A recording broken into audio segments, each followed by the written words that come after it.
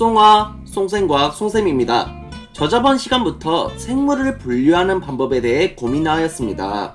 생물을 종별로 구별하고 생물과의 가까운 관계를 파악하는 방법을 배웠다면 이번 시간에는 생물을 가장 큰 분류 체계인 개로 나누는 방법에 대해 생각해 보도록 하겠습니다. 저번 시간에는 생물을 다양한 종 수준으로 분류하는 시간을 가져보았습니다.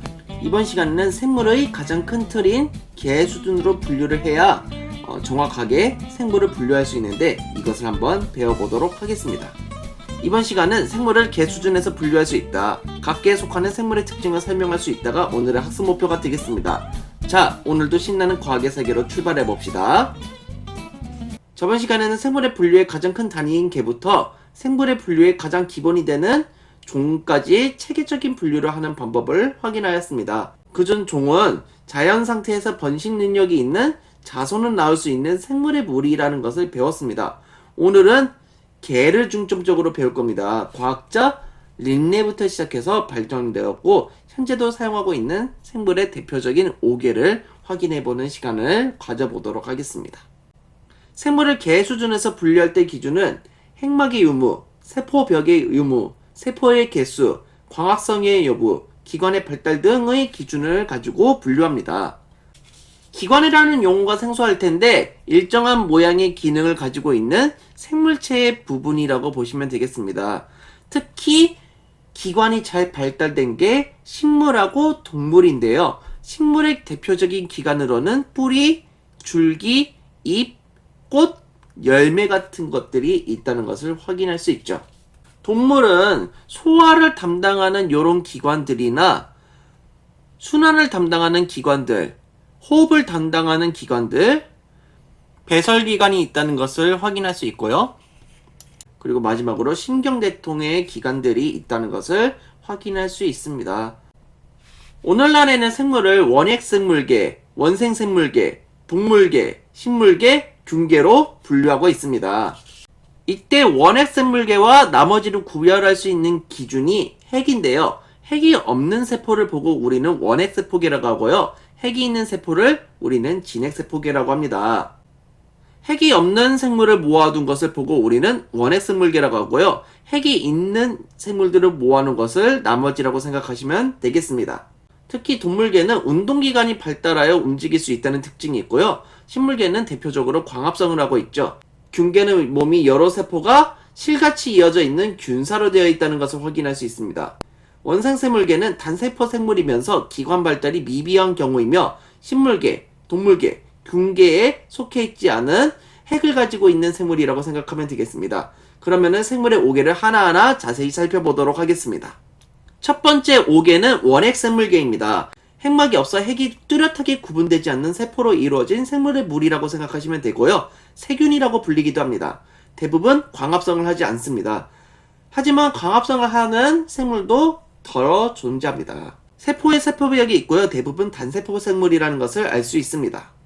대장균, 헬리코박터 파일로리균, 남세균 등이 있는데 특이하게도 남세균은 광합성을 하는 세균이라고 생각하시면 되겠습니다. 나머지는 광합성을 하지 않아요. 두 번째 생물의 5개는 균계입니다. 핵막이 있는 세포로 핵이 있다는 것을 확인할 수 있고요. 세포에 세포벽이 있다는 게 특징이고요. 대부분 광합성을 하지 않습니다. 그리고 대부분 다세포 생물입니다. 운동성이 없다는 게 특징이고요. 대부분의 몸이 실모양의 구조로 되어 있고 여러 개의 세포로 구성된 균사로 구성이 되어 있습니다. 축축하고 어두운 곳에서 살고 있고요. 스스로 약물을 만들지 못하기 때문에 죽은 생물의 몸을 분해하여 약물을 얻습니다. 대표적으로 푸른 곰팡이, 송이버섯, 효모가 있습니다. 송이버섯이라는 식물이 균계라는 것이 신기하죠.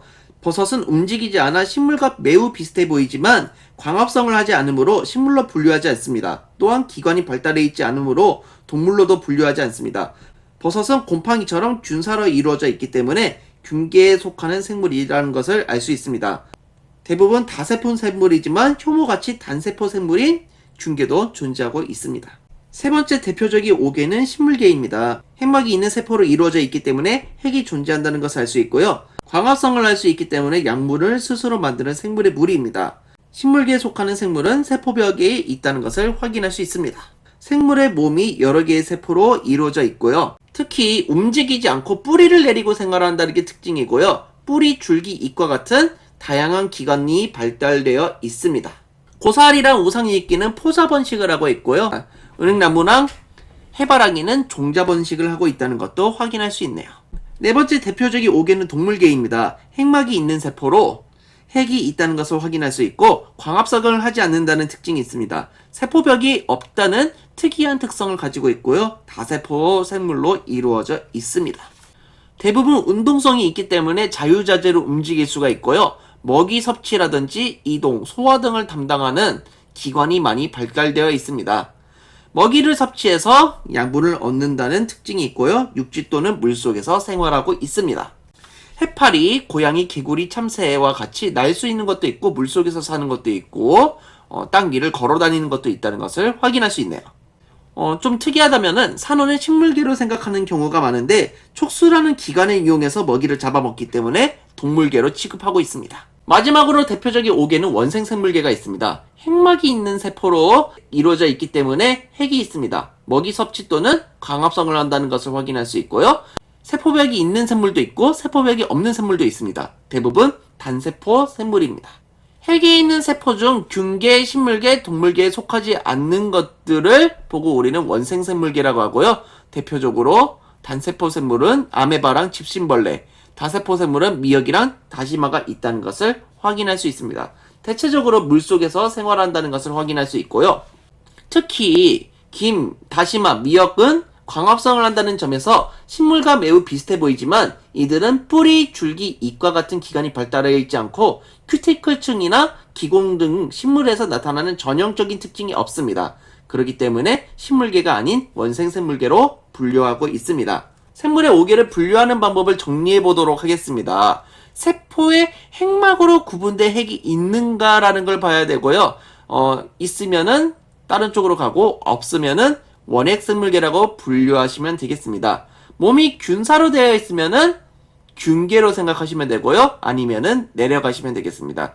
기관이 있는 것 중에서 광합성을 하면은 식물계, 광합성을 하지 않으면은 동물계로 보시면 되고요. 기관이 없다면은 원생생물계로 보시면 되겠습니다. 마지막으로 생물의 오개를 요약해 보았습니다. 필요한 분은 영상을 다 보신 다음에 와서 정리하면 도움이 될 것 같습니다. 그러면 문제를 한번 풀어보도록 하겠습니다. 자, 지구에서 살고 있는 다양한 생물은 동물계, 균계, 원생생물계로 분류할 수 있다. 어떤 게 빠졌습니까? 그렇죠. 식물계랑 원핵생물계가 빠졌다는 것을 확인할 수 있죠. 2번 문제입니다. 세포의 핵막으로 구분된 핵이 있는 생물 중 식물계, 균계, 동물계에 속하지 않는 나머지 생물을 뭐라고 보자? 네, 원생생물계라고 보자고 했습니다. 특히 기관이 발달되어 있지 않기 때문에 원생생물계로 분류하고 있습니다. 세포의 핵막으로 구분된 핵과 세포벽이 있으며 땡땡을 하여 양분을 만들고 기관이 발달한 생물은 식물계로 분류한다. 어떤 특징이 있었죠? 그렇죠. 광합성을 한다는 특징이 있었습니다. 동물계에 속하는 생물은 기관이 발달해 있으며 세포에 세포벽이 없다라고 했었죠. 확인을 꼭 잘 해두시면 되겠고요. 객관식 문제를 한번 풀어보도록 하겠습니다. 광합성을 하지 못하고요. 몸이 핵막으로 구분된 핵이 있는 세포로 구성되어 있다. 몸이 균사라는 실 같은 물질로 되어 있으면 어떤 거였습니까? 균사가 힌트죠. 균사로 되어 있는 건 딱 하나밖에 없었습니다. 바로 균계라는 걸 확인할 수 있겠네요. 다음은 생태계의 평형의 개념을 이해하고 이를 바탕으로 생물의 다양성의 보존의 필요성도 확인해 보도록 하겠습니다. 오늘 내용을 잘 정리하면 여러분이 생물을 분류하는 데 많은 도움이 될 것이라고 생각합니다. 이 영상이 즐거우셨다면 좋아요, 구독하기 부탁드리겠습니다. 여러분 감사합니다. 송바!